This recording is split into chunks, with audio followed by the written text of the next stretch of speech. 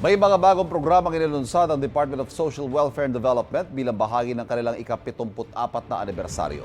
Kabilang sa mga programa ang Harmonized Electronic License and Permit System o DSWD HELPS na layong pabilisin at padaliin ang pagrehistro, pagkuha ng lisensya at pagpapa-accredit ng mga social welfare and development agencies. Padadaliin naman ng Minors Traveling Abroad online system ang pagkuha ng DSWD travel clearance para sa mga menor de edad na bibiyahe pa ibang bansa.